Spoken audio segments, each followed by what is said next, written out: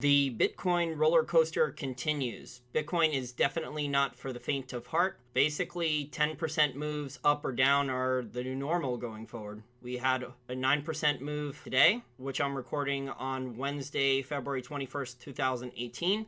And basically, guys, in the last, let me pull up the chart here real quick on coinmarketcap.com. In the last 2 months, it's only a little over 2 months by a couple days, the Bitcoin price has gone from just under $20,000 in that enormous run up here on the charts with higher and higher and higher, and Johnny come lately is getting involved and people buying it on credit card and basically Bitcoin fever. And then it crashed down to around here, a little bit above $6,000, early in February. And now it's already rebounded, and I believe it briefly touched $12,000 before having a nice little correction. So I did a short video about a month ago when Bitcoin had started its correction, and a lot of people thought by February, or in the comment section, thought that by February or March, Bitcoin would be at much higher highs than the $19,000 or $20,000 it was before it started correcting. I disagreed with them.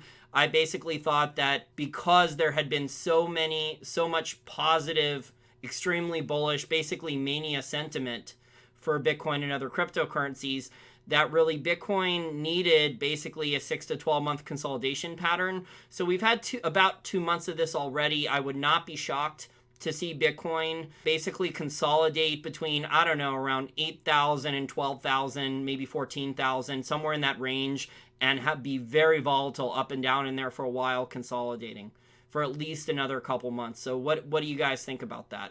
Unless there's some type of news story or current events that would change that, I think consolidation for the long term of this market is healthy. But do you guys think that this is a dead cat bounce in Bitcoin? Or do you guys think that, yeah, we just had another really painful correction or crash, depending upon which camp you're in, if you're pro-Bitcoin or anti-Bitcoin? Because the people who are pro-Bitcoin will say that, well, you know, Bitcoin's been around for over 7 years now, and Bitcoin has had a lot of large corrections or crashes of 50% or more, sometimes even 70% or more. And these things are pretty routine. Sometimes it takes 6 months to 12 months to recover, and then Bitcoin consolidates. All the weak hands are shaken loose. All the Johnny come latelys, the get rich quick people, the people who bought on credit card, those people are gone. They complain, they take their losses, they liquidate. The stronger hands buy with blood in the streets. And if you're anti-Bitcoin, you know, you say that this might be a dead cat bounce. But from trying to be a little bit more objective, I mean, Bitcoin does have some problems that these other cryptocurrencies, these altcoins, are taking market share, especially for Bitcoin in payments. Bitcoin is still very scarce. But what worries me is if Bitcoin is going to be the payment coin, that there are problems. And, you know, I have studied Lightning Network. I've interviewed experts on it that are professional computer programmers. I've watched videos from people who have tried to build Lightning Network businesses, and it seems that Lightning Network does have some potential, but there's an enormous amount of bugs, and it's not going to solve everything. Plus, it's a second layer. So this is it's not directly going to fix the code, the blockchain technology behind Bitcoin.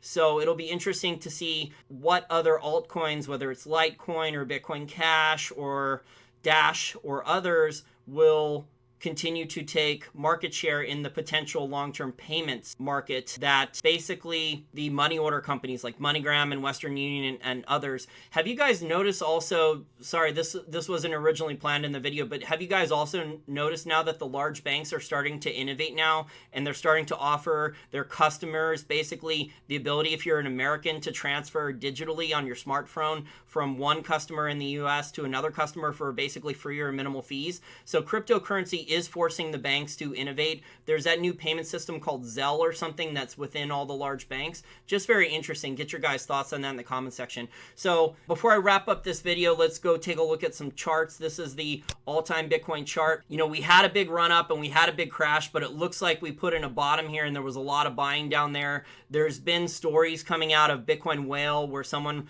was willing to buy about $400 million worth of Bitcoin in a short amount of time.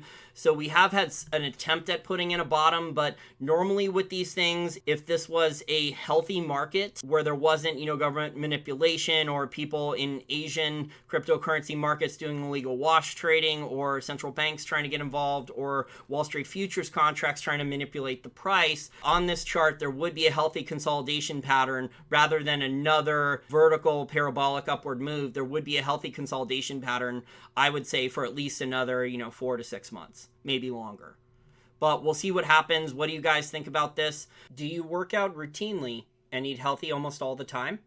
If you eat paleo or vegan or work out routinely, you may be eligible to save up to 33% off on your life insurance thanks to Health IQ. Health IQ is a venture capital-backed, big data technology life insurance company that offers customers life insurance at special rates by using the latest technologies. For more information, please go to healthiq.com/WS4MS. That's healthiq.com/WS4MS.